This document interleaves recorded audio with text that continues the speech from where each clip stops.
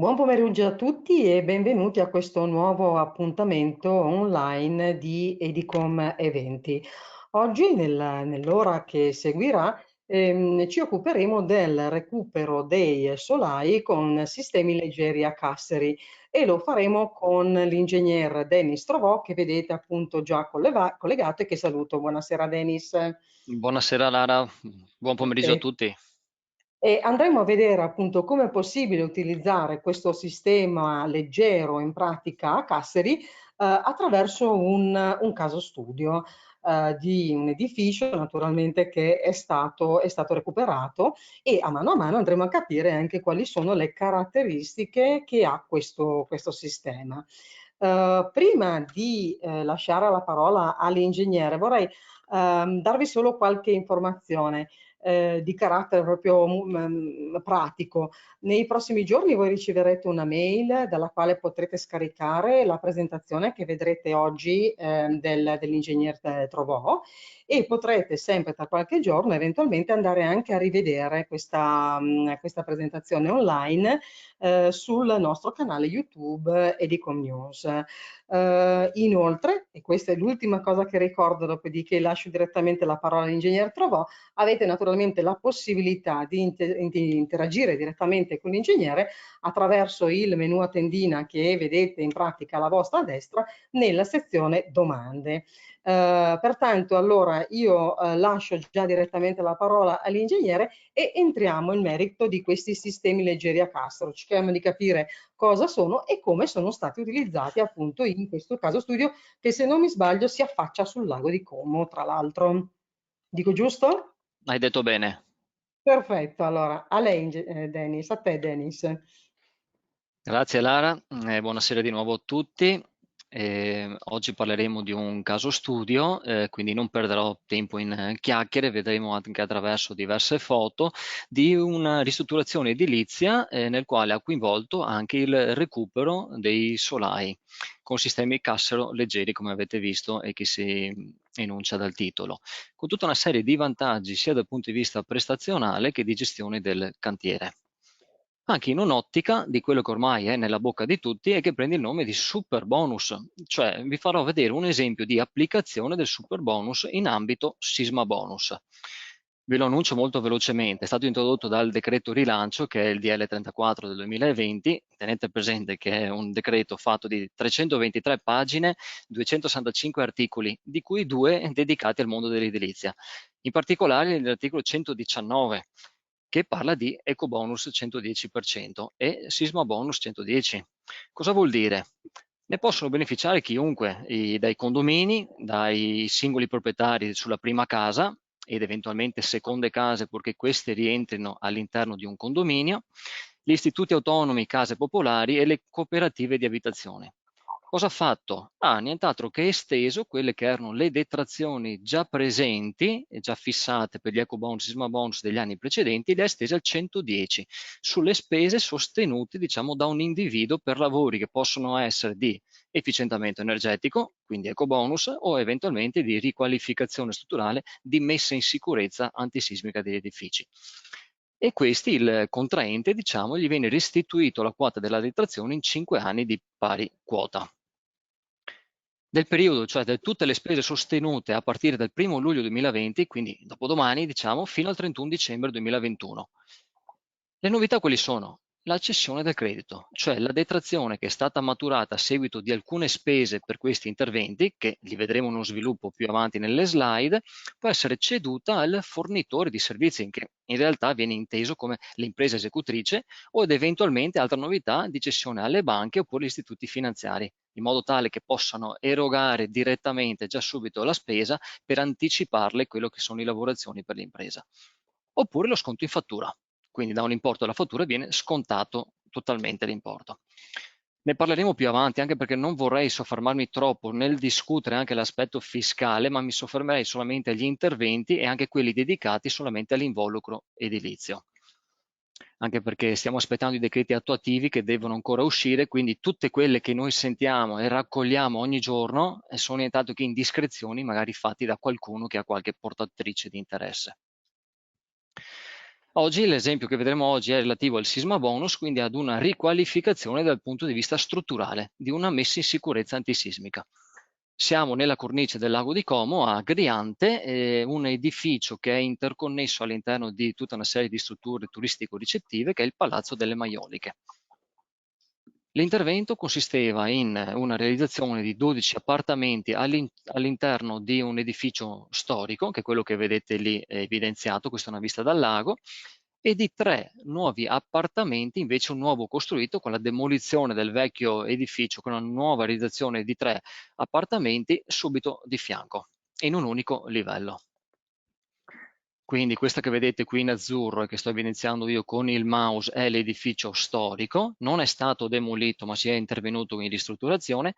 Tutta questa parte invece coinvolgeva un altro edificio vetusto, invece questo è stato demolito e fatta la nuova realizzazione. Quindi 3 unità abitative in questa zona, 12 in quest'altra, spalmate in 4 livelli fuori terra. Qui vedete tutti i percorsi, alcuni appartamenti avevano l'accesso indipendente, i 3 appartamenti in nuova realizzazione avevano il giardino in terrazza, quindi stiamo parlando comunque di unità abitative di una certa spesa di rilevanza sul valore di mercato immobiliare.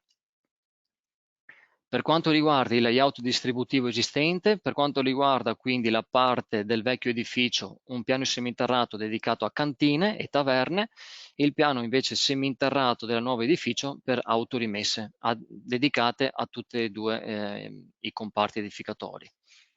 Mentre gli alloggi fuori terra erano, diciamo, tutta la parte fuori terra destinata ad alloggi, quindi residenziale, appartamenti per la parte esistente, nuovi appartamenti in unità singole per la parte nuova. Ecco qui il layout distributivo di nuovi appartamenti, quindi vi faccio vedere una discussione a 360 gradi dell'intervento, anche se noi la parte è dedicata solamente all'intervento strutturale e in particolar modo col focus dei solai. Quindi questo è quello che c'era prima, qualche anno fa, l'intervento è già terminato, è già finito, quindi vedremo come una tipologia di questo intervento può ricadere ad oggi attualizzandola a livello di sisma bonus 110. E questo è l'edificio finito, quindi vedete sempre l'edificio storico completamente rifatto in fondo e questo è il nuovo edificio ad un piano fuori terra e con terrazzo dedicato al giardino. Cosa presentava, diciamo, l'edificio? Beh, innanzitutto un degrado estetico, ma lì è poca importanza, diciamo, si fa ripristino delle facciate, scarso isolamento termico delle parti opache, quindi delle pareti verticali e dei solai, soprattutto quello di copertura che non era isolato, e lo vedete, presenta la copertura un malabaramento delle teste delle travi, quindi una brutale connessione delle travi in legno sulla muratura esistente, infiltrazioni d'acqua, diciamo, sia nella parte sommitale del tetto e con dei pluviali che ormai non erano bene isolati, ben impermeabilizzati, diciamo, a contenere l'uscita dell'acqua. I solai invece presentavano un'eccessiva deformazione flessionale, sto parlando di solai in laterizio a travetti, c'era anche il pericolo ormai dopo anni, diciamo, della fessurazione delle pignate e anche tutta una serie di fessurazioni che da qui non si vede negli impalcati invece superiori che erano intonacati, e una compromessa resistenza delle strutture verticali e soprattutto dei pilastri, diciamo, intermedi. Devo ringraziare per le slide che vi ho messo a disposizione e che dopo la segreteria sarà possibile scaricare, il progettista architettonico Nicolò Patetta, che mi ha consegnato il materiale che avete appena visto. Io ho collaborato invece fortemente con l'ingegnere strutturista Massimiliano Borriero, in quanto io ero il calcolatore dei solai, quindi facevo il dimensionamento, il calcolo delle armature integrative che vanno all'interno dei solai. Invece tutte le immagini che vedrete anche da qui a seguire, il contributo dell'impresa Pettazzi Costruzioni, che ringrazio per il materiale. Quindi entriamo nel vivo della discussione. Si sono demolite tutte le pareti portanti interne e tutti i solai di interpiano, compreso quello di copertura. Qui vedete un ripristino delle pareti, diciamo, verticali, e quindi perché questo dava origine a tutto un nuovo layout distributivo per gli nuovi spazi per gli appartamenti. Il livellamento delle pareti non solamente per un discorso estetico, diciamo, ma per un discorso che è interessante. Questo edificio, una volta sventrato tutto il suo interno, diventava in qualche modo labile, nel senso abbiamo aumentato quella che è la snellezza strutturale delle pareti. Tutte le pareti ormai sono libere di muoversi, con altezze di snellamento, diciamo, di snellezza molto alte, fino in sommità, fino in copertura. Non c'è più il contravventamento dato dai solai. Quindi si è pensato, l'ingegnere strutturista ha fatto tutto un telaio di controventamento in acciaio, si vede bene anche da questa immagine, opportunamente collegato alle pareti attraverso dei fissaggi di tipo meccanico, e tutto il telaio è stato saldato con delle travi tra di loro. Questo offriva quindi una sorta di controventamento in modo tale che tutto il cantiere si è sviluppato all'interno, anche perché il sedime, diciamo, all'esterno era dedicato alla parte di nuova realizzazione, quelle che abbiamo visto di lato. E come avete visto il cantiere si avvicina molto a quello che è il fronte stradale, quindi non c'era nemmeno la possibilità a volte dello scarico contemporaneo al traffico. Dennis, ti Altre interrompo solo co- un istante, ti sì. voglio una curiosità. Allora, la copertura naturalmente non c'è, è stata demolita. Vedo che però c'è una cosa interessante, che tra l'altro è tipica dei paesi nordici, se non mi sbaglio, che appunto è tutta una serie di ponteggi di impalcature che serve a coprire in pratica, se non erro, guardando così Esatto, la guarda. foto. Sì, molto bene che te ne sei accorta, ne stavo dicendo io. Quindi una volta demolito il saio di copertura è stato protetto con una tensostruttura. Mm, mm. Un vantaggio è quello quindi di difendere, diciamo, tutto il cantiere dalle intemperie, però c'è anche un svantaggio: non riesco a fare lo scarico del materiale dall'alto con la gru. Quindi la gru è presente in cantiere, però purtroppo veniva utilizzata solamente per il nuovo costruito. Vediamo più avanti com'è stata la gestione del cantiere da questo punto di vista. Quindi l'intervento delle pareti vedeva quindi la realizzazione di tutta una serie di nuove pareti o di integrazione di quelle esistenti in corrispondenza di vani scali, di vani ascensori, di pareti in calcestruzzo armato, vedete, con tradizionale casseratura in legno, che questo offriva un contributo di diciamo, resistenza sismica con tutta una serie di pareti opportunamente orientate nelle due direzioni da evitare quelli che sono gli effetti torsionali dell'edificio. E sono state inserite tutta una serie di pilastrature sia interne sia in adiacenza alle pareti, in modo tale da realizzare una carpenteria di piano che fosse il più regolare possibile, perché vi dico, quando si lavora con l'esistente non si trova mai ad avere degli angoli perfetti a 90 gradi, troviamo sempre delle pareti che hanno delle rientranze, specialmente in corrispondenza delle finestre e delle aperture, quindi non riusciamo ad allestire una carpenteria regolare come sul nuovo. Quindi è stata riadattata attraverso anche l'inserimento di pilastrature e anche in modo da limitare quella che è la luce dei solai. L'intervento dei solai era stata la completa demolizione di tutti i solai fuori terra, a partire dal piano terra di divisione con quelle che abbiamo visto alle cantine, fino al piano non riscaldato invece, che delimitava quella che era la copertura in legno. Questa che vedete è una vista di un disegno tipico del piano della pannellatura.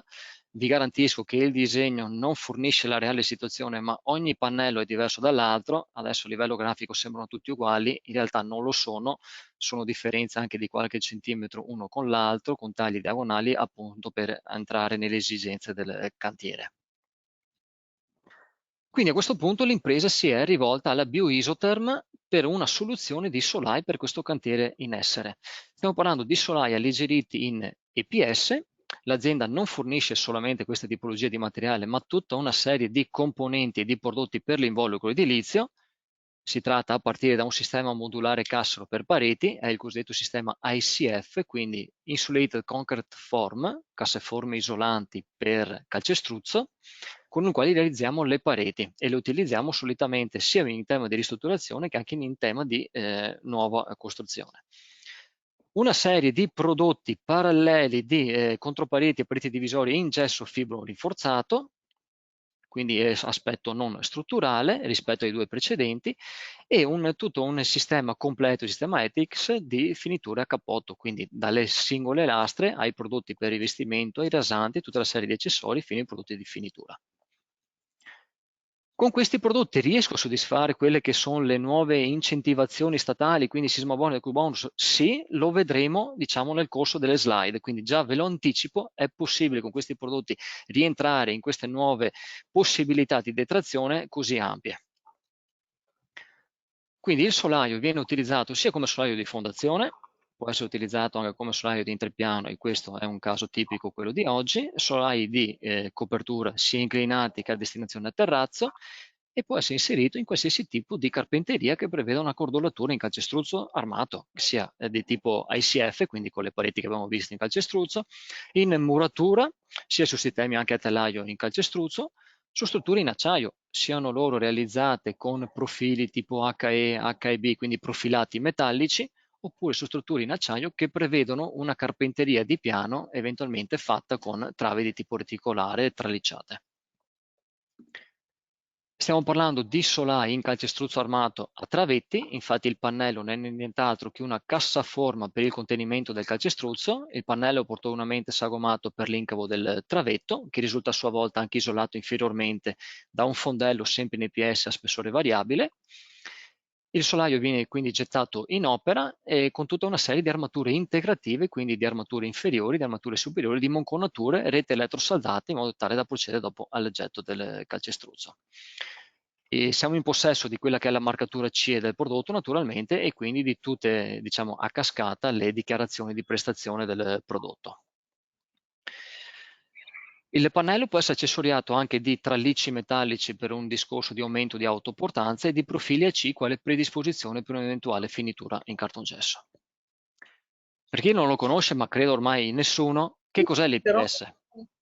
ti interrompo solo un istante per farti una Prego, domanda. Quindi, prego. Sì. mh, volevo capire, forse ne parlerai magari anche più avanti, ma quali sono gli spessori di questo sistema, di questo solaio in pratica, questo sistema solaio? Quali sono le altezze eventualmente? Ci sono standard, sono diverse, eccetera. Non so se ne parlerai più avanti No, eventualmente. no, no, hai fatto bene a chiedermelo. Allora, lo spessore del pannello va in base alla luce di calcolo, quindi abbiamo spessori, una gamma di spessori che va da 17 cm fino a Mhm. 35 cm, questi sono gli standard di produzione. Quindi siamo orientati dalla luce che banalmente vanno dai 4 metri, anche meno naturalmente, fino agli 8 metri, 8 metri e 50. Questi sono i spessori. Nulla vieta che spessori maggiori possono essere, diciamo, utilizzati fornendo delle forniture dedicate, diciamo, oppure andando ad agire con dei pani di EPS posizionati sopra il pannello. Ok. Quindi tutto lo spessore, diciamo, viene definito dall'altezza strutturale che va in base alla luce di calcolo. Spessori invece del fondello variabili da 4 ad 8 cm, quindi tutto un range di gamma e di spessori con passo di 1 centimetro. Quindi voi trovate tutti i spessori 17 a 35 con passo di 1 centimetro. Perfetto, allora grazie. Niente. Allora, che cos'è l'IPS? Ormai lo conosciamo tutti, è il materiale più diffuso in edilizia e lo troviamo banalmente nelle lastre a cappotto. Quindi, ma l'IPS non è utilizzato solamente in edilizia perché è un buon materiale isolante, un materiale che pesa poco, quindi facilmente gestibile in un mondo di cantiere, ma è un materiale che è versatile, quindi i produttori fanno presto, diciamo, a produrlo, ha una, diciamo, produzione molto agevolata, molto versatile, tanto che lo utilizzano nel packaging, quindi negli imballaggi.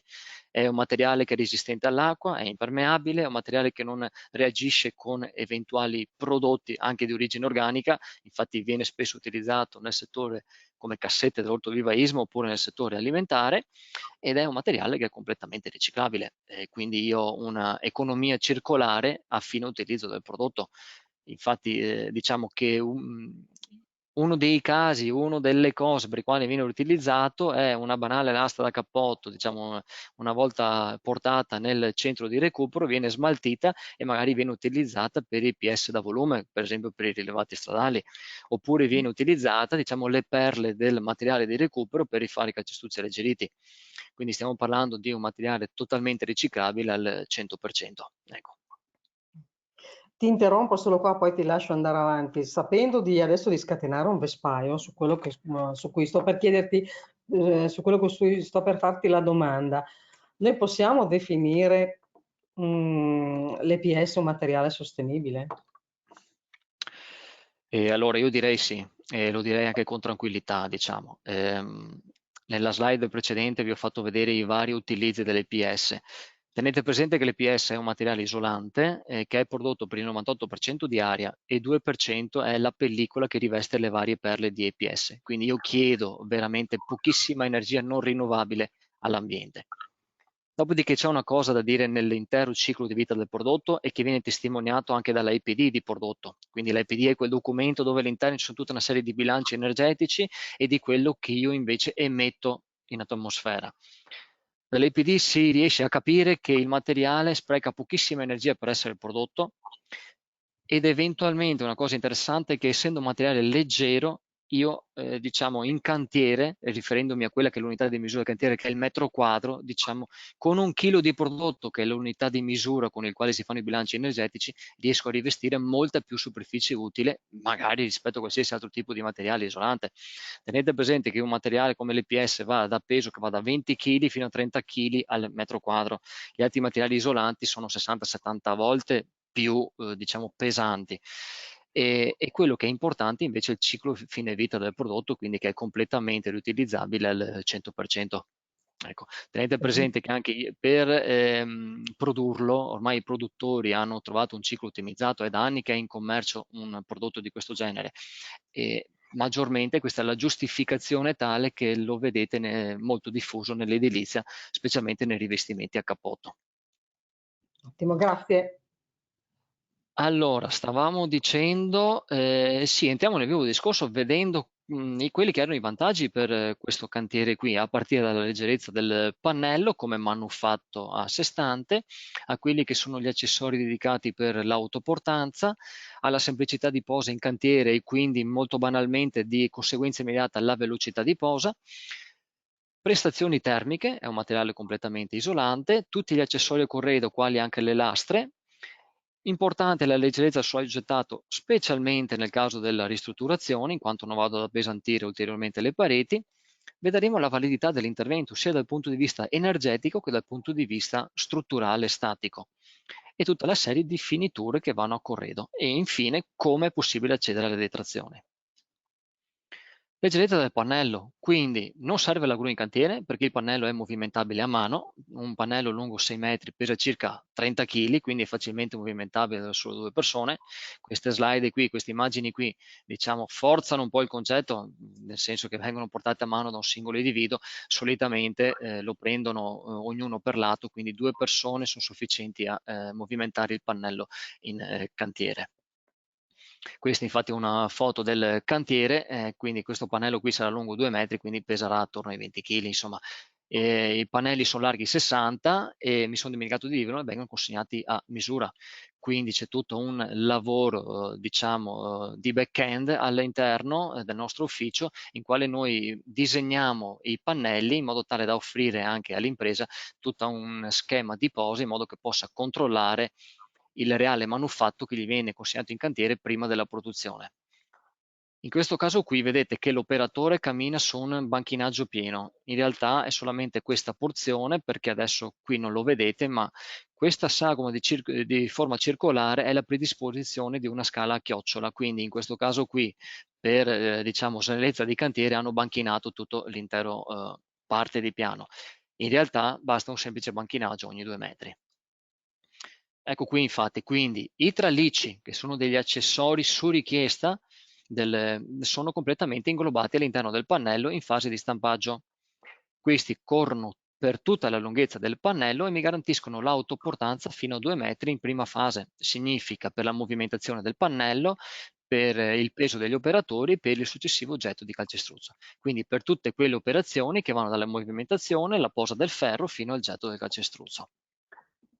Una volta posato il pannello in questo banchinaggio provvisorio in prima fase, il pannello è subito pedonabile in tutta sicurezza, quindi non ha necessità di mettere reti anticaduta o particolari meccanismi di sicurezza per gli operatori, a differenza eventualmente di altri solai. Ecco, queste sono le immagini di cantiere, vediamo la predisposizione delle banchine. In questo caso addirittura hanno utilizzato delle travi, diciamo, di sostegno di banchine un po' particolari, sono quelle tipiche, diciamo, non faccio nomi, però sono quelle tipiche con il profilo AI, diciamo. Queste mi permettono anche una diversificazione delle puntellature rispetto ad una banchina del tipo tradizionale, quindi posso permettermi un maggiore interasse anche dei puntelli sotto, perché hanno una resistenza statica maggiore, diciamo, flessionale maggiore. Qui invece vedete la banchina di testa in corrispondenza di una nuova parete, in corrispondenza dei nuovi pilastri.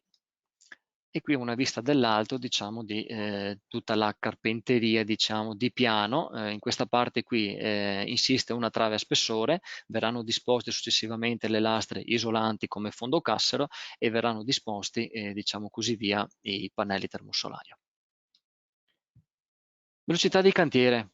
Allora, come dicevo prima, è stata fatta all'interno dell'edificio tutta una serie di intralciature metalliche di controventamento che sono rimaste lì permanentemente fino alla fine di realizzazione di tutta l'opera. Quindi un sistema fisso, ancorato in fondazione e solidamente connesso a tutte le pareti di piano.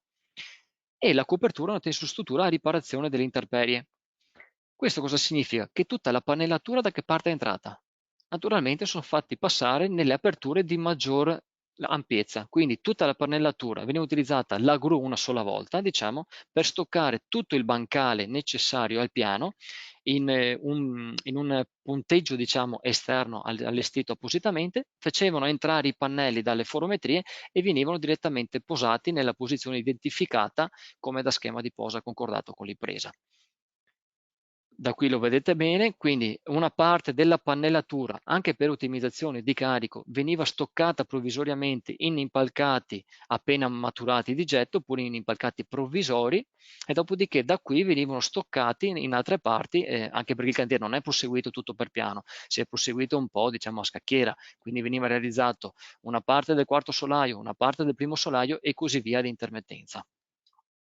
Questo è quello che vi dicevo prima, quindi un cantiere dove il camion veniva posizionato all'esterno del fronte stradale con birilli appositamente posizionati e lo scarico veniva fatto a mano. Quindi tutto il bancale veniva fatto a mano, scaricato all'interno e stoccato dopo al piano nella stessa fase. Appunto perché la gru serviva solamente per diciamo, la parte di nuovo costruito e tutto lo stoccaggio dell'altro materiale era dedicato alla nuova ricostruzione. Ti Prestazioni interrompo, termiche. ti interrompo solo un istante per una domanda veloce, anche se durante questi ultimi 5 minuti tu hai dato delle indicazioni, ma ti chiedono se i solai scaricano sulle vecchie murature. Tu hai già spiegato un po', ma se vuoi eventualmente riassumere velocemente prima di passare alle prestazioni termiche del sistema. Sì, certo, certo. Allora scaricano sicuramente sulle murature esistenti, che sono delle murature, come avete visto, in pietra e mattoni. La parte statica sarà tra qualche slide, quindi vi anticipo già, troverete tra qualche slide la parte proprio tecnica di intervento strutturale. Quindi vediamo come sono stati fatti tutte le cordolature di piano e tutta la connessione con le pareti esistenti.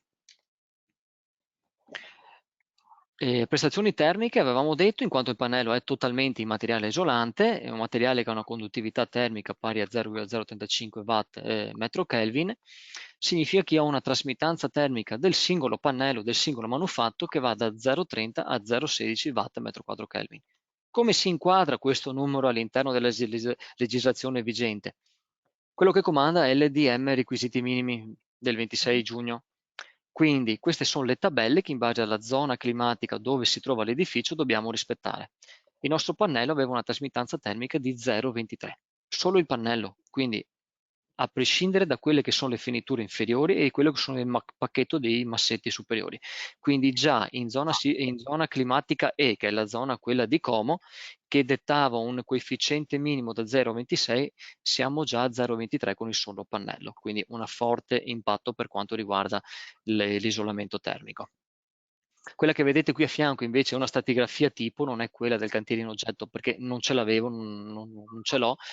Quindi arriviamo a trasmittanze per una stratigrafia tipo, ho preso lo stesso pacchetto di massetti che solitamente incontro nei solai tipo tradizionale e l'ho appiccicato sopra e ho messo una lastra in cartongesso sotto a livello di finitura. Quindi 0,19 di trasmittanza termica globale con una resistenza termica di 5,16 watt, metro quadro Kelvin su watt, con gli sfasamenti opportuni e quant'altro. Questo cosa significa? Significa che io posso risparmiarmi tutto un eventuale isolamento che vado a inserire nel pacchetto di massetti superiore che solitamente interpongo. Eventualmente, se non ho sufficiente isolamento termico, vado ad agire su quello che è il sottotravetto isolante.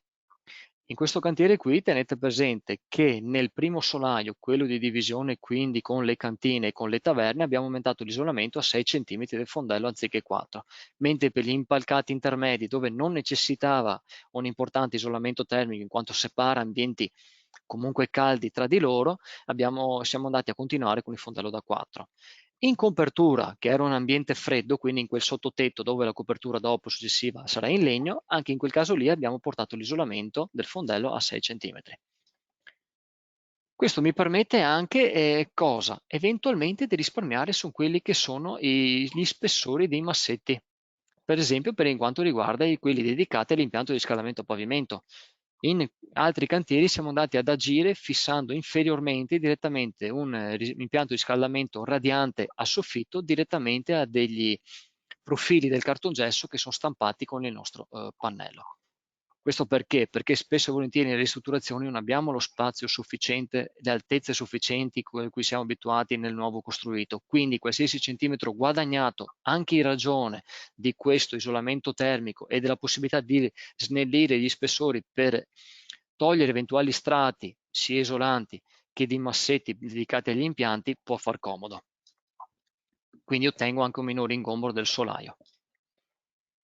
Quello che vediamo adesso sono delle immagini generali di cantiere, questo è l'isolamento delle travi, come il fondello isolante delle travi in corrispondenza delle travi a spessore. Queste sono le travi come arrivano in cantiere, quindi sono l'aste da 1,60 m, vengono opportunamente tagliate in cantiere, basta un cutter o una lama calda per tagliare questo tipo di materiale. Ecco qui, magari per anticipare quella domanda che ha fatto un mio collega, il partecipante, questi sono i cordoli di collegamento in corrispondenza delle pareti portanti e che sono stati opportunamente isolati in modo tale da garantire lo stesso isolamento termico in tutto l'impalcato. Ecco qui come è una vista all'intradosso, quindi all'intradosso io non vedo il calcestruzzo e dopodiché passo all'EPS, ma vedo completamente un impalcato formato dallo stesso materiale.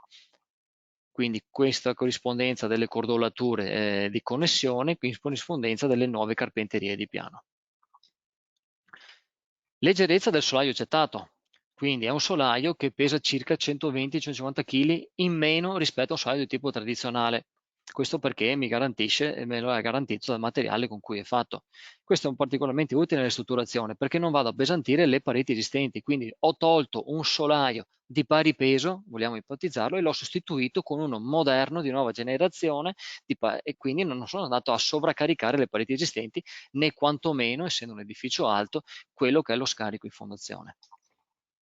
Quindi particolarmente utili anche nel caso di edifici multipiano, come in questo caso, quindi ho una riduzione di quelle che sono le masse sismiche ad ogni piano, che mi migliora il comportamento globale antisismico della struttura e ho un minor scarico anche in fondazione.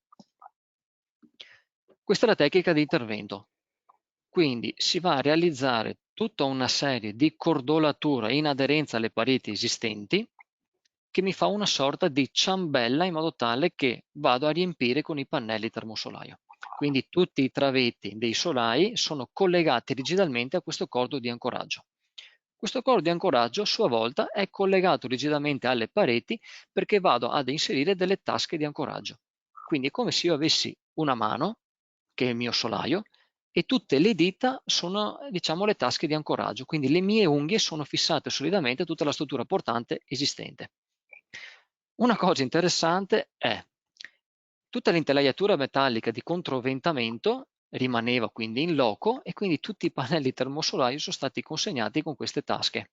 Infatti, come si può vedere, l'impresa, dopodiché, ha perso tempo, diciamo così, ha passato il tempo ad isolare anche tutte queste parti che sono state fatte anche i cavedi per eventuali impianti, diciamo, di passaggio.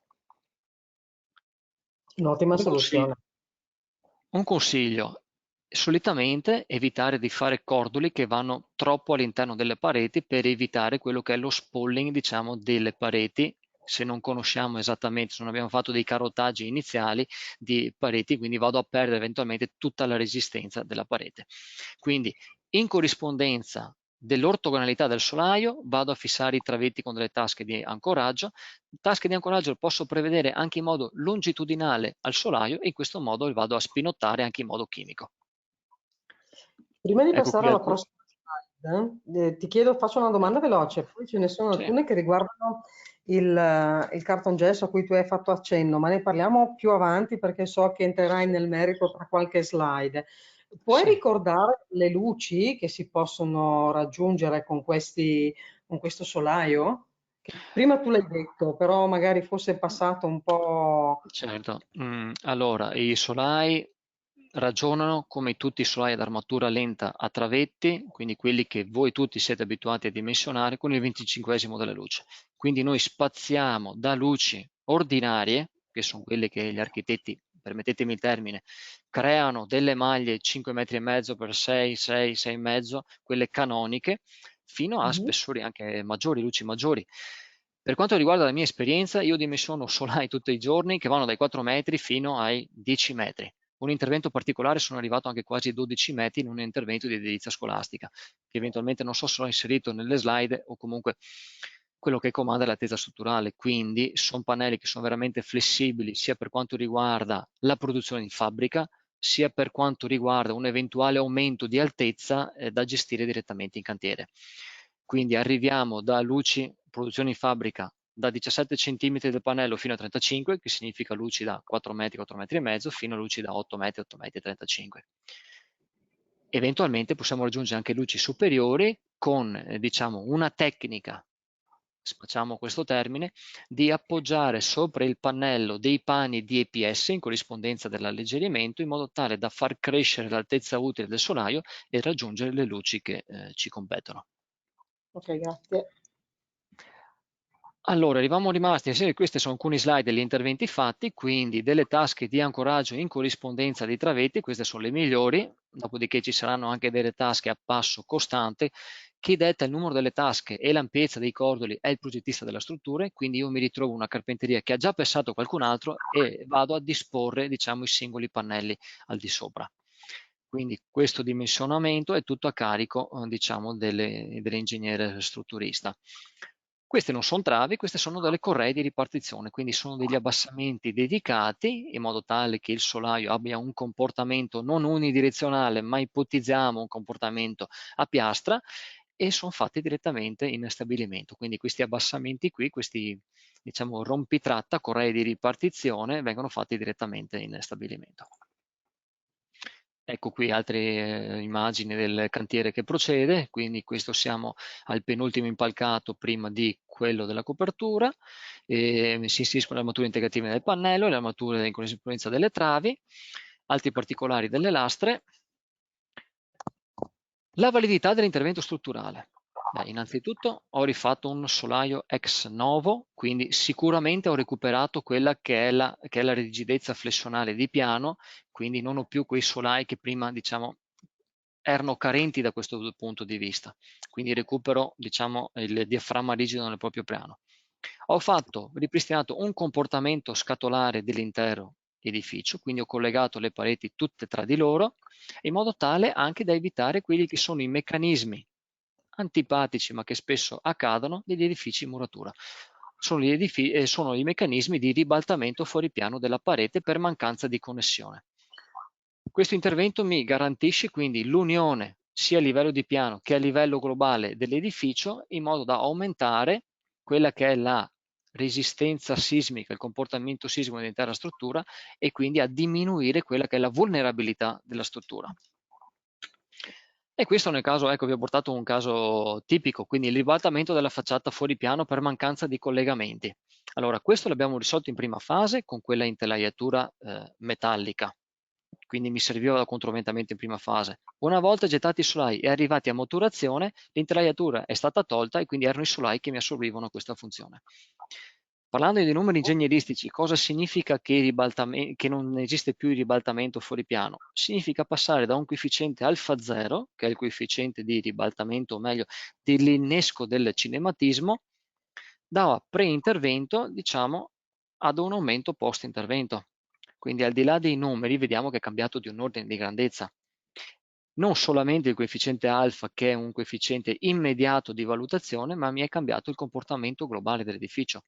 In termini di PGA, quindi accelerazione del meccanismo, sono passato tra quella che è il rapporto che esprime tra quella che è la capacità della struttura di resistere in caso di sismo a quella che è la domanda, che quindi che è l'azione sismica nel sito in oggetto per quell'edificio, sono passato da 0,31 cioè significa che aveva una percentuale del 31% di danneggiarsi in caso di sisma, ad una percentuale che va sopra l'unità. Quindi questo è il successo dell'intervento. Quindi l'edificio in questo caso non solamente resiste alle forze per il quale è dimensionato il sito in oggetto, ma superando l'unità anche per forze maggiori. È possibile accedere al sisma bonus? Sicuramente sì, perché l'edificio è ben riuscito, quindi siamo andati a diminuire quella che è la vulnerabilità dell'edificio, aumentando quella che è invece aumentando il miglioramento sismico dell'edificio. Quello che si diceva fino a poco tempo fa: ho migliorato il mio edificio di una o più classi sismiche, che è, diciamo, la scala che utilizza il governo, lo Stato, come mezzo, diciamo, per misurare la tua efficacia dell'intervento. Fino a poco tempo fa si parlava: tu hai l'incentivo se riesci a soddisfare, se riesci a fare la crescita della scala di rischio sismico di una o più classi di rischio sismico. Nel nostro caso abbiamo visto che l'intervento ha avuto il suo successo. Ad oggi cosa è successo? Con il sisma bonus 110% hanno abbattuto tutte quelle restrizioni del 50% dell'intervento di adeguamento, 70% nel caso di unità immobiliari, 80% se gli edifici immobiliari superavano due classi di rischio sismico, e tutte le varie combinazioni le hanno portate tutte al 110%. Quindi si parla sempre di eco bonus perché si guarda sempre l'aspetto energetico. Tenete presente che invece qui lo Stato sta spingendo molto nel sisma bonus e ti dice solamente, a differenza di qualche mese fa, non guardare la scala di rischio sismico, fai in modo che il tuo intervento sia ben riuscito, perché io ti sto abbattendo tutte le varie percentuali, sia nei edifici unifamiliari che nei complessi condominiali nelle parti comuni, e lo sto portando al 110. Per interventi che vanno fino a 96.000 euro per unità immobiliare e che vengono spalmate in 5 quote annuali. Attenzione, questi interventi valgono solo per le zone sismiche definite 1, 2 e 3. Non fate l'errore di andare nel motore di ricerca e scrivere zona sismica del comune di residenza. No, sono le zone sismiche come individuate dall'UPCM 3274. Quindi quello lì è il documento ufficiale che identifica la tua zona. Dopodiché il comune avrà fatto le sue zone e le ha anche differenziate, però fa testo questo. E inoltre alla percentuale di detrazione c'è la cessione del credito e lo sconto di fattura che avevamo detto all'inizio delle slide. Andiamo verso la fine, quindi siamo passati al getto del calcestruzzo. Ecco qui in questo caso si è utilizzato un calcestruzzo, da come si vede anche nelle immagini, molto fluido. Non chiedetemi il perché, però i getti del calcestruzzo si fanno come per gli usuali solai, quindi non ci sono, diciamo, particolari cautele di questo solaio rispetto a un solaio di tipo tradizionale. Quindi prima si gettano le travi, dopodiché si gettano i travetti, infine si va a completamento con la cappa in calcestruzzo. Ecco qui l'intelaiatura metallica che persiste per tutto il cantiere, dopodiché è stata tagliata, proprio in corrispondenza di queste parti è stata tagliata, oppure nelle parti dove si sono mantenute le tasche sono state sfilate. Ecco qui l'operazione, diciamo, di taglio della carpenteria anche in corrispondenza delle pareti, e questa è la slide che vi ho fatto vedere prima. Fase di posa. Quindi molto banalmente i pannelli arrivano in cantiere a misura, vengono stoccati nel sedime di lavorazione. La posa di pannelli avviene, come abbiamo visto, da solamente 2 operatori a qualsiasi posto di piano. Ogni pannello è identificato da un codice alfanumerico, quindi va esattamente in quella posizione come concordato da schema di posa con l'impresa. Viene posato superiormente a un macchinaggio inferiore, abbiamo visto, ogni 2 metri, dopodiché si procedono con le operazioni di integrazione delle armature inferiori, superiori, lettera saldata, configurazione di tutte le travi, quindi vengono ricalate tutte le gabbie e le armature, e si procede al getto del calcestruzzo. Ecco che arriviamo quindi a maturazione del getto del calcestruzzo a fare quelle che sono le finiture. Il pannello all'interno può essere accessoriato di profili del cartongesso, quindi gli stessi profili che i cartongessisti sono abituati a lavorare, noi ce li abbiamo all'interno. Quindi già in fase di stampaggio di macchina in stabilimento, il pannello viene fornito con 2 profili che distano a 1 centimetro dal fondo e sono lunghi quanto tutto il pannello senza interruzioni. Passo 30 centimetri, che è un passo ideale per chi fa posa di cartongesso. Solitamente i cartongessisti viaggiano a passo 60 centimetri, in questo caso qui hanno anche una sovrabbondanza di quelli che sono i punti di appoggio. Dimenticavo, come che vedete dall'intradosso, ci sono delle tasche in corrispondenza del pannello che ne identificano la posizione, quindi ci sono delle tasche a passo costante che mi identificano dove io posso forare con delle viti fosfatate, quelle classiche da cartongesso, il pannello in modo tale da trovare il profilo del cartongesso. Non solamente finiture in cartongesso, si possono applicare anche finiture ad intonaco naturalmente, o intonaco direttamente spruzzato a base calce e gesso e dopodiché tirato con staggia, oppure si procede con una rasatura, quella classica da cappotto, quindi il materiale è sempre lo stesso, quindi vado con una prima mano di rasante, dopodiché retina interposta e seconda mano di rasante. Questo per fare delle finiture che sono finiture con intonaci a base cementizia. Comunque internamente abbiamo tutta una serie di cicli di finitura garantiti, forniti dai principali primi scelatori, diciamo, di intonaci che ci assicurano il buon risultato, diciamo, dell'operazione.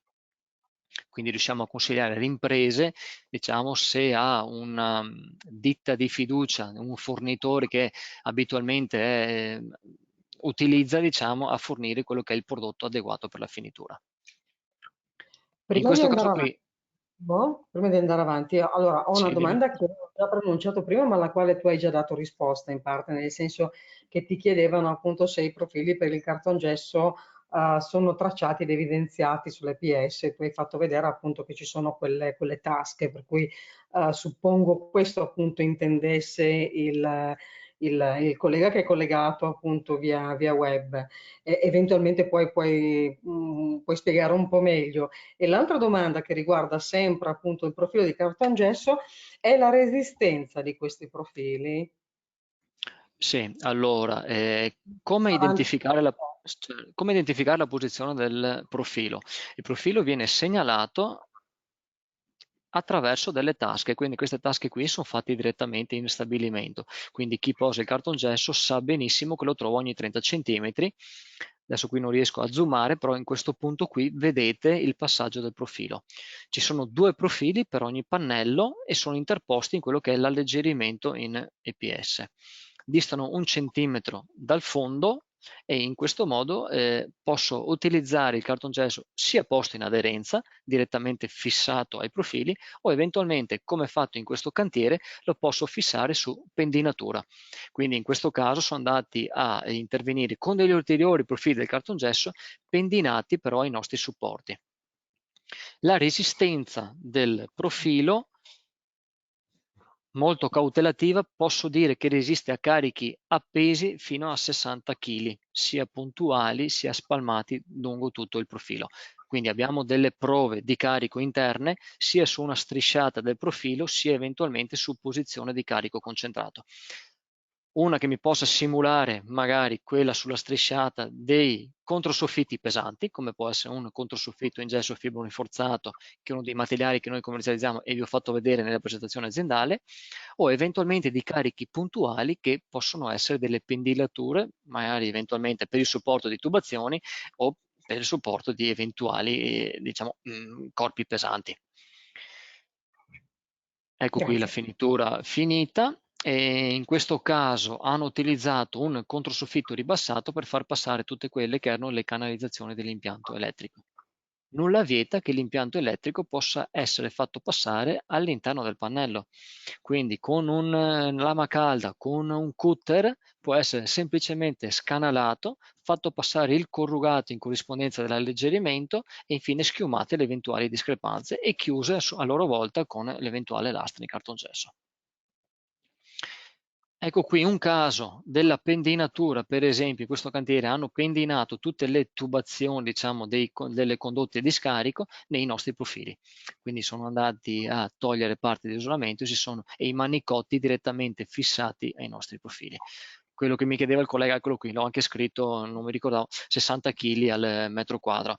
Naturalmente il profilo resiste di più. Dal punto di vista, mi sa che qui ho adottato fattori di sicurezza, sarà pari anche a una volta e mezza se non di più. Ecco,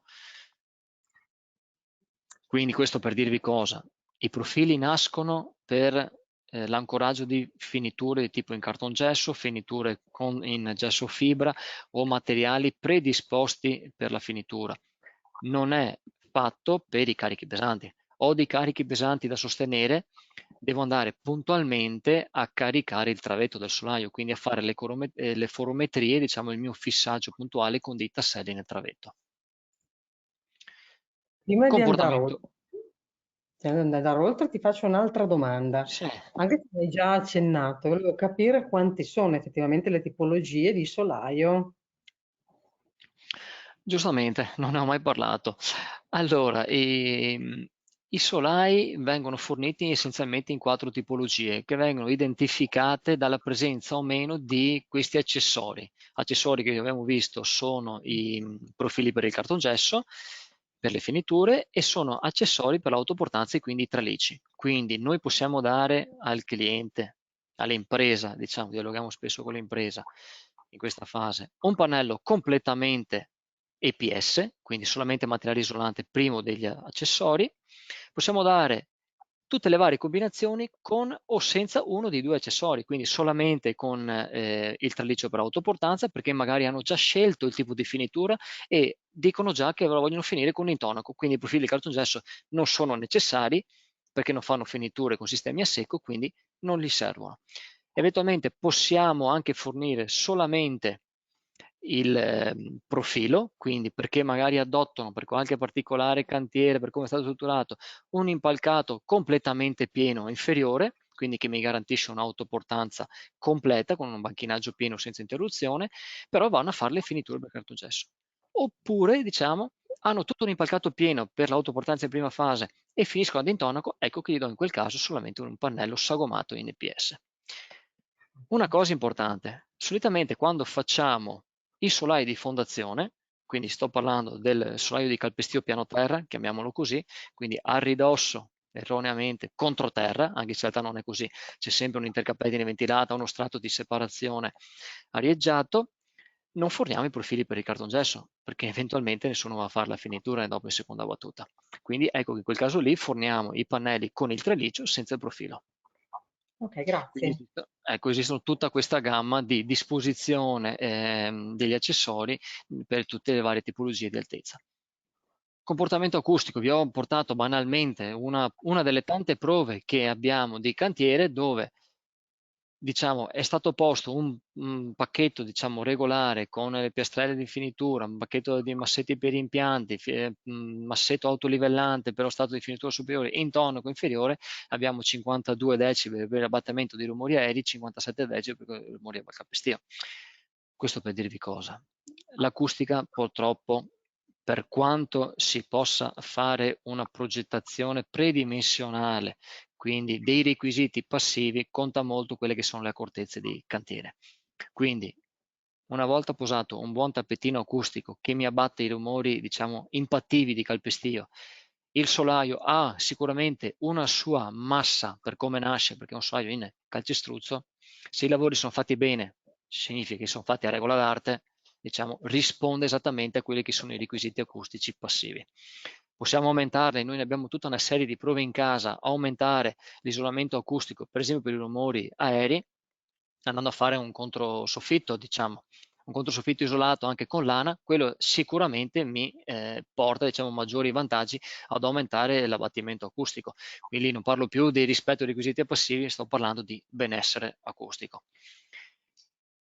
Resistenza al fuoco, interessanti invece, abbiamo delle prove di laboratorio che mi certificano un solaio REI 120, quindi che mi garantiscono la resistenza ai carichi, l'ermeticità, quindi il non passaggio della fiamma e l'isolamento, quindi il non raggiungimento della temperatura nello stato non esposto, fino a 120 minuti.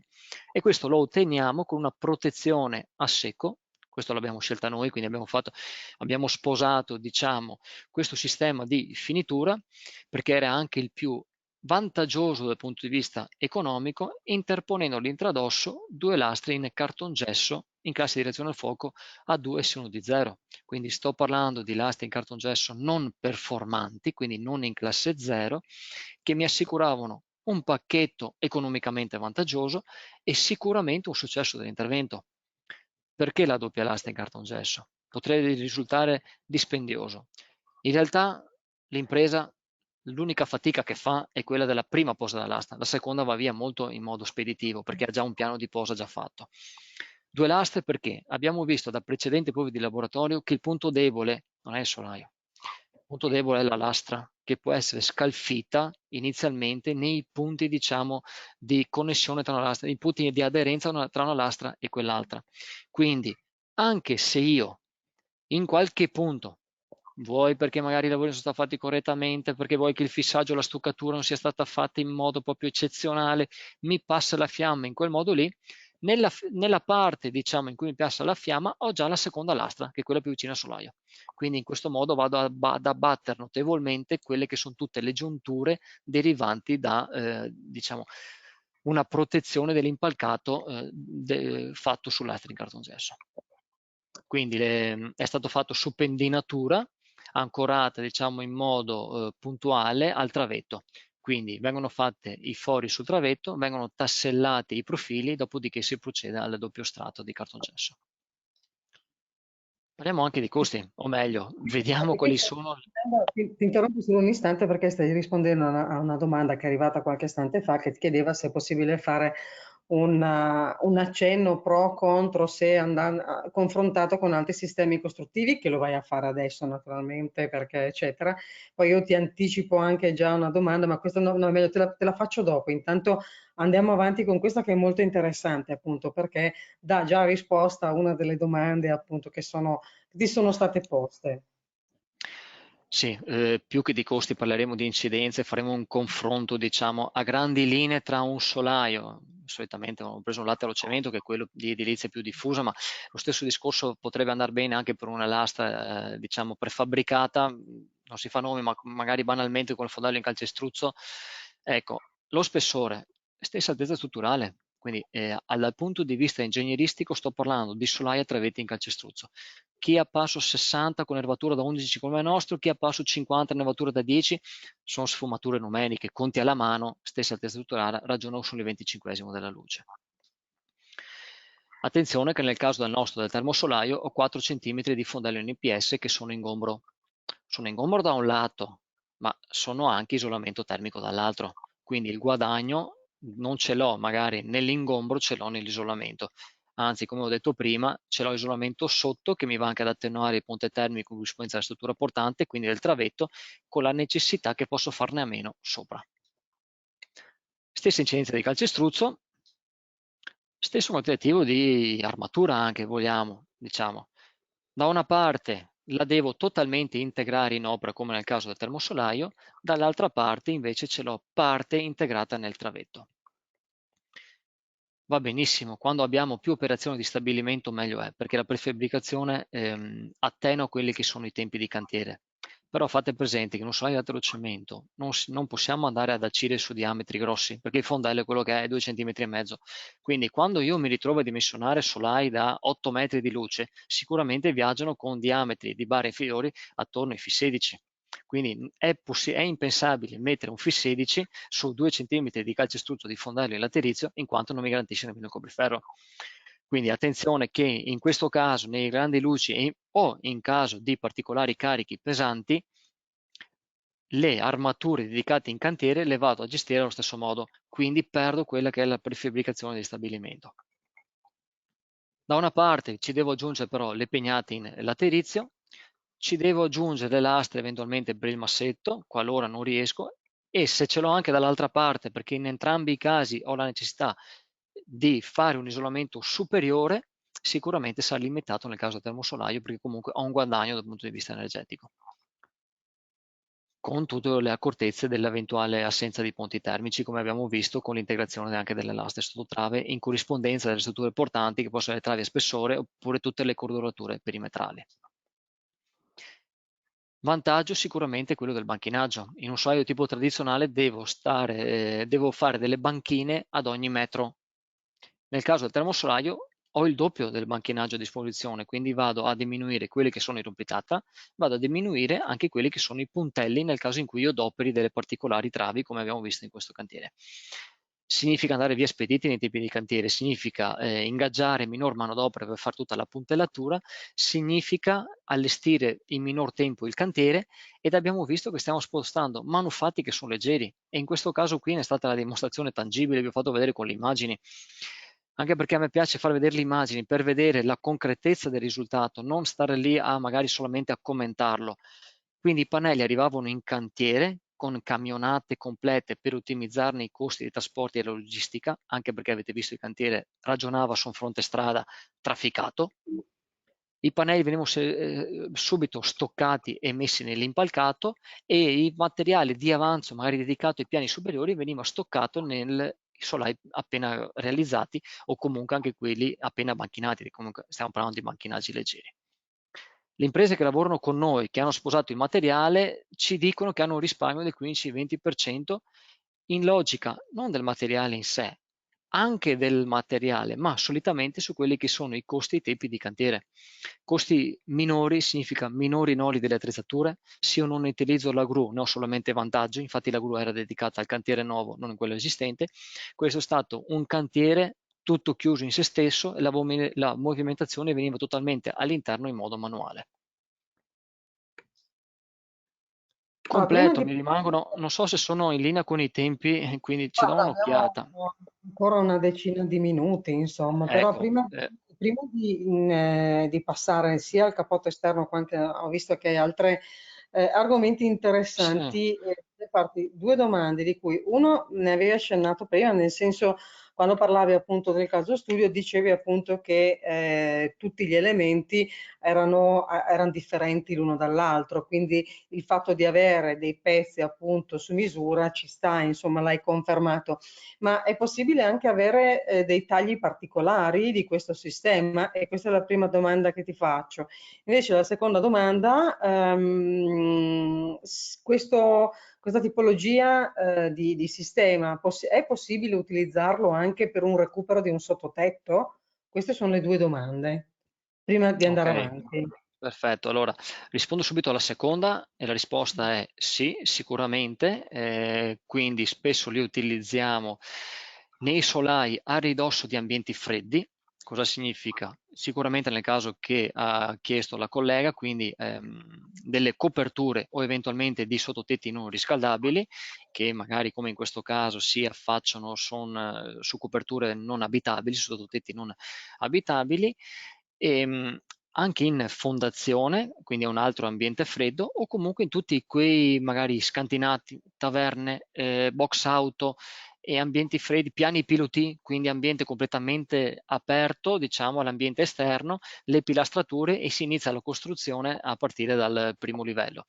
Quindi è indicato, è apprezzato, anche perché si può ragionare in termini energetici andando a modificare quelli che sono gli spessori di sottotravetto. Quindi già lì dà una buona trasmittanza termica. Per quanto riguarda la domanda precedente, sì, allora vengono fatte in stabilimento tutta una serie di operazioni di taglio, quindi manufatti arrivano in cantiere a misura, sono larghi 60, e tutta una serie di tagli in stabilimento che, per quanto riguarda le teste e le code dei pannelli, che possono essere di tagli obliqui, possono essere di tagli differenziati, possono essere degli abbassamenti di testa, e in questo cantiere anche abbiamo fatto tutte quelle tasche in corrispondenza dell'intelaiatura metallica. È stato piuttosto gravoso, però vista anche l'importanza dell'opera, era piacevole anche da parte nostra offrire al cliente, diciamo, il massimo prodotto, in modo tale che andasse via ancora più spedito in queste operazioni. Quindi arrivava il pannello in cantiere ed eventualmente tagliava solamente alcune discrepanze, ma la maggior parte dei tagli veniva effettuata in stabilimento.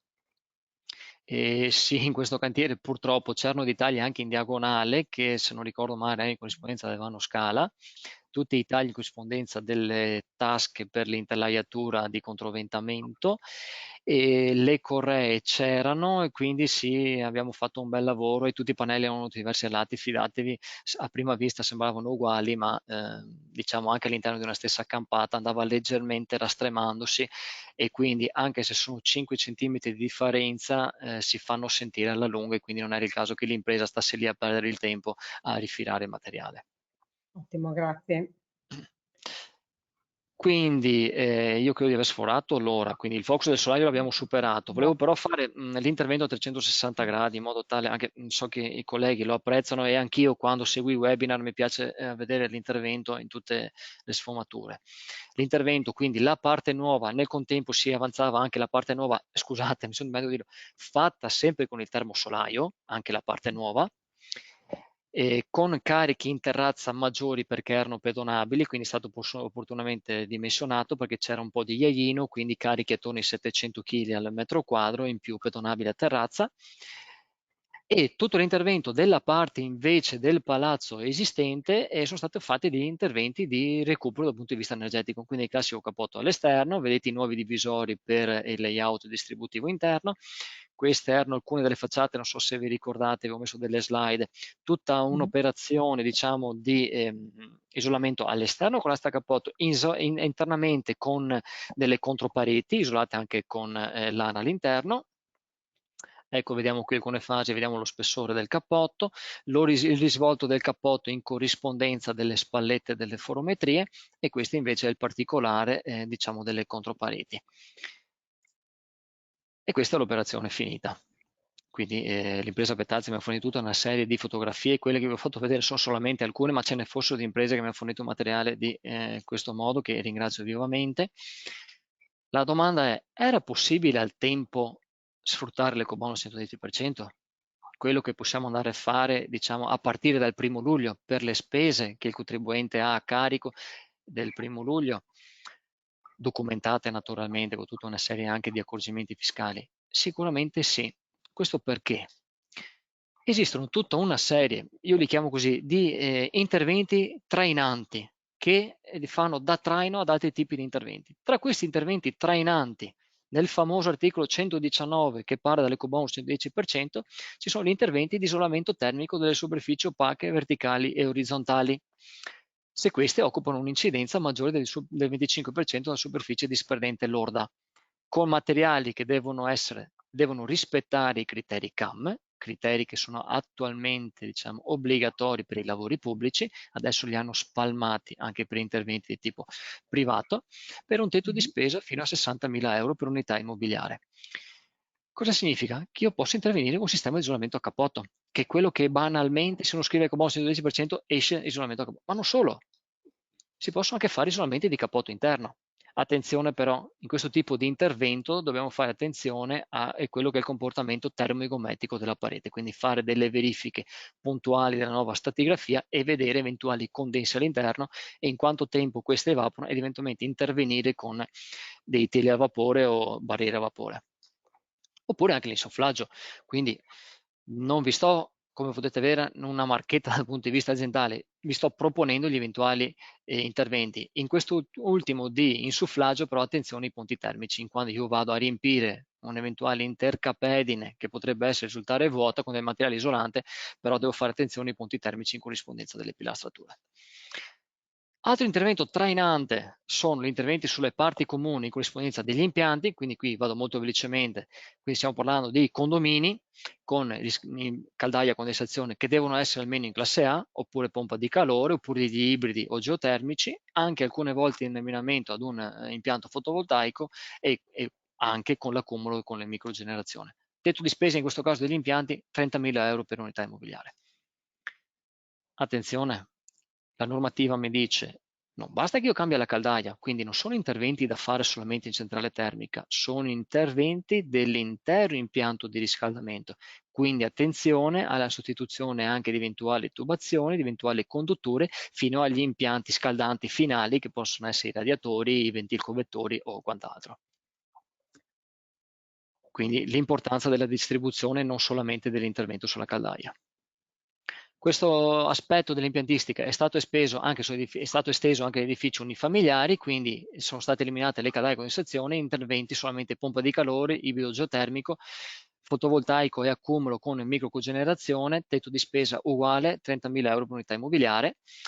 Dopodiché vado via veloce perché non fanno parte del focus di oggi, quindi dell'involucro, tutta una parte di incentivi sull'installazione di impianti solari fotovoltaici con diversificate tetti di spesa e l'installazione sulle ricariche sulle colonnine per le ricariche delle vetture elettriche. BioIsotar, come vi dicevo prima, quindi, e chiudo per far vedere anche gli altri prodotti, ha un sistema di isolamento a cappotto, che è un sistema ormai collaudato, un'ampia gamma di elementi che vanno dalle singole lastre ai primiscelati, quindi i rasanti, alle reti, a tutti gli accessori, fino alle finiture finali.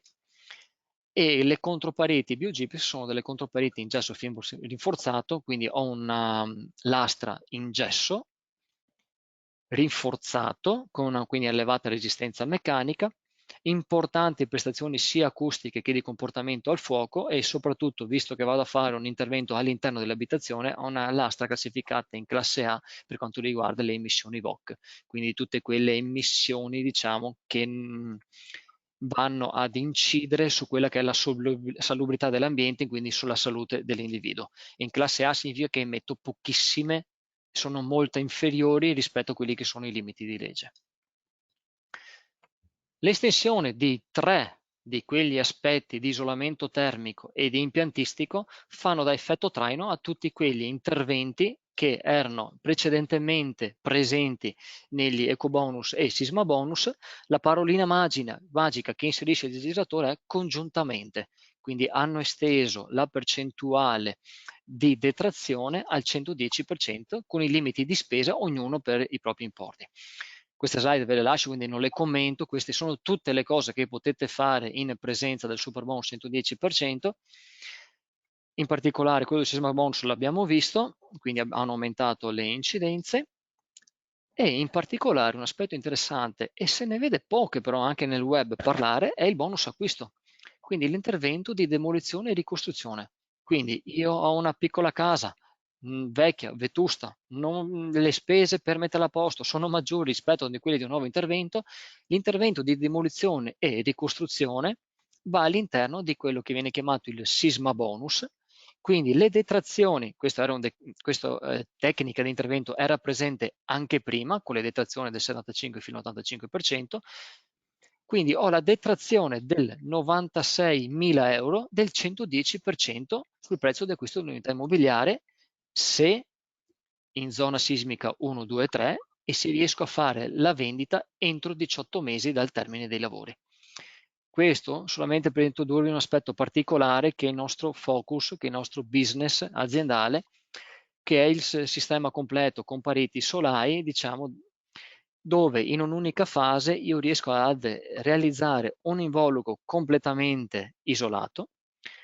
Si parla di struttura sismo resistente, quindi di una struttura altamente antisismica, cioè che resiste al sisma con la possibilità di non deformarsi, quindi una struttura composta a pareti solai in calcestruzzo armato, isolate e che è inchiodata a terra.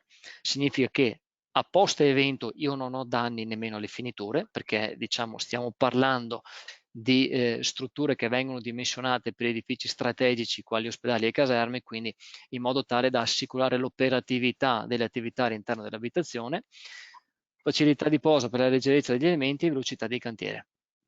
Quindi stiamo parlando del sistema ICF SAD e questo mi permette, diciamo, di realizzare edifici altamente prestazionali e da parte nostra abbiamo un'esperienza con più di 35 anni di attività.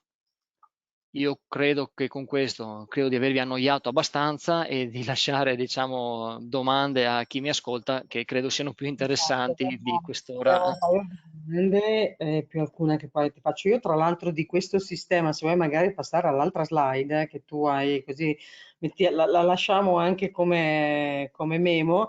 Il 13, quindi tra 2 settimane, noi saremo qua di nuovo con l'ingegner Trovò a parlare proprio del sistema completo e quindi andremo proprio nel merito di questa penultima slide, appunto quando l'ingegnere ci ha fatto vedere come effettivamente è possibile utilizzare questa tipologia, questo sistema costruttivo anche per il nuovo. Quindi con l'ingegnere Trovò e con tutti voi naturalmente vi do appuntamento il 13. Però lasciamo gli ultimi proprio 5-10 minuti per un paio di domande. Allora, tornando al caso studio che hai fatto vedere, ti chiedono come avete risolto il problema dello sfasamento termico sul solaio di copertura. Lo sfasamento termico, allora questa domanda qui posso rispondere in parte, nel senso che è una domanda che dovrei rigirare al progettista architettonico. Sfasamento termico che comunque dipende dalla massa, quindi il solaio è un solaio in calcestruzzo, quindi una massa sua ce l'ha. Quindi abbiamo visto che per un esempio tipologico abbiamo anche sfasamenti fino alle 11 ore. In quel caso lì non conosco la stratigrafia che è stata adottata, però solitamente partiamo già da una buona base di sfasamento termico.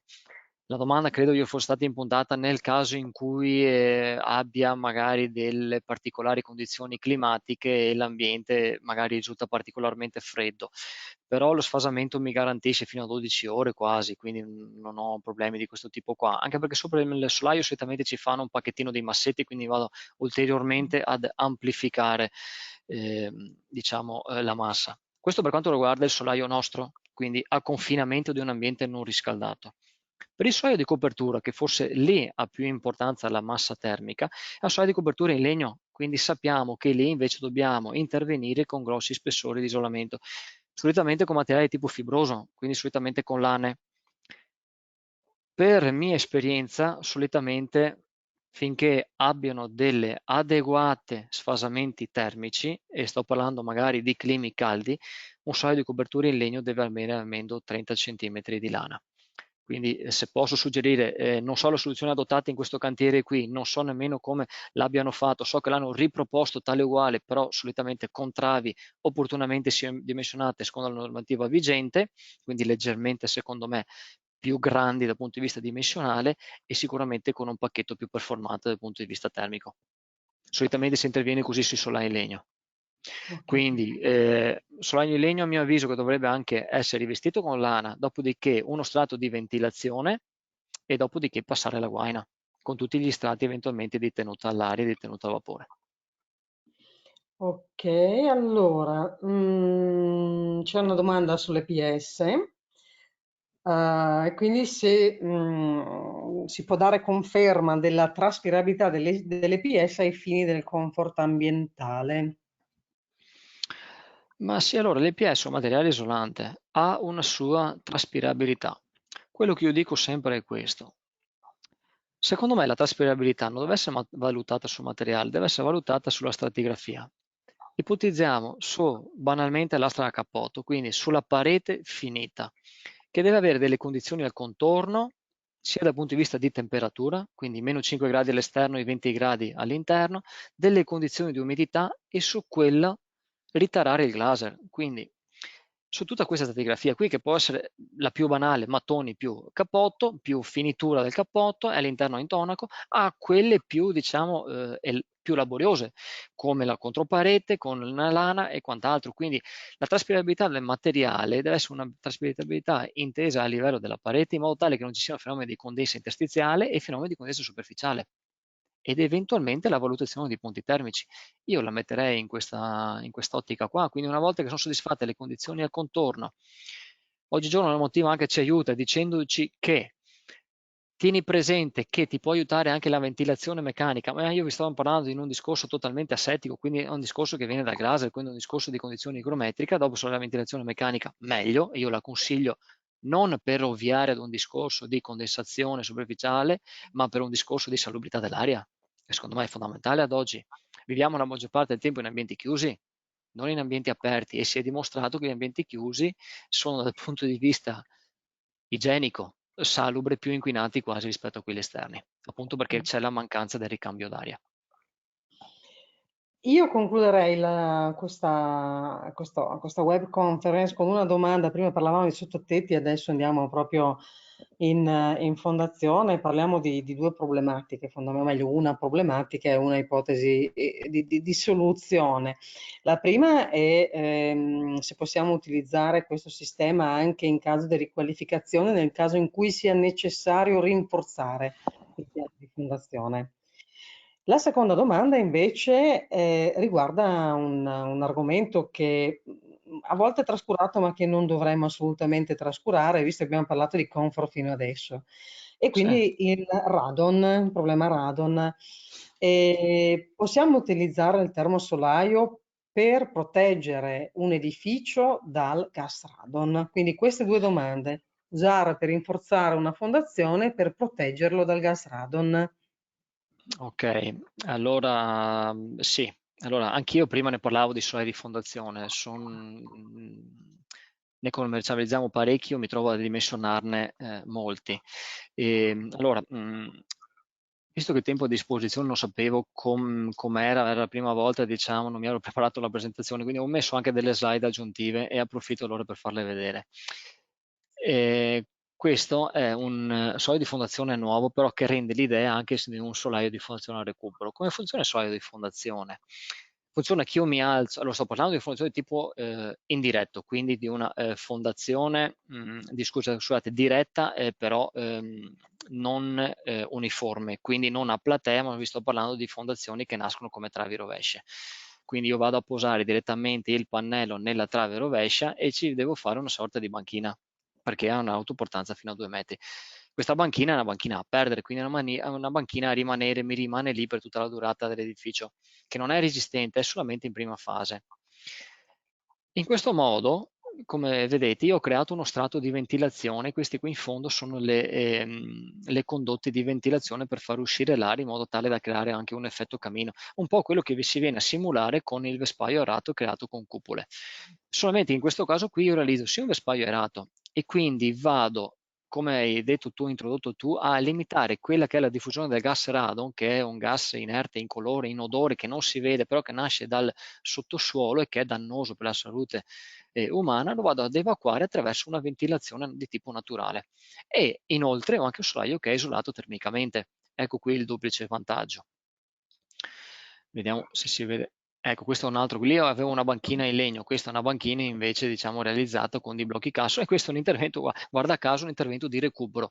Mi era sfuggito, tra l'altro è un intervento di recupero in un edificio di tipo produttivo dove questa è la zona dedicata ad uffici, quindi questo è un ampliamento più che un recupero, quindi si sono fatte tutte delle cordolature nuove da questo lato verso lo schermo che non vedete e dal lato si è andato in aderenza all'edificio, al capannone, diciamo. Sì. E sì, è possibile farle, attenzione che quando si lavora con fondazione di tipo esistente, un'accortezza è quella della valutazione della fondazione in se stessa, e in quanto io vado a operare, comunque vado a togliere un solaio vecchio e ne vado a strutturare con uno nuovo senza star lì a gravare sulla fondazione. Questo è il concetto di fondo.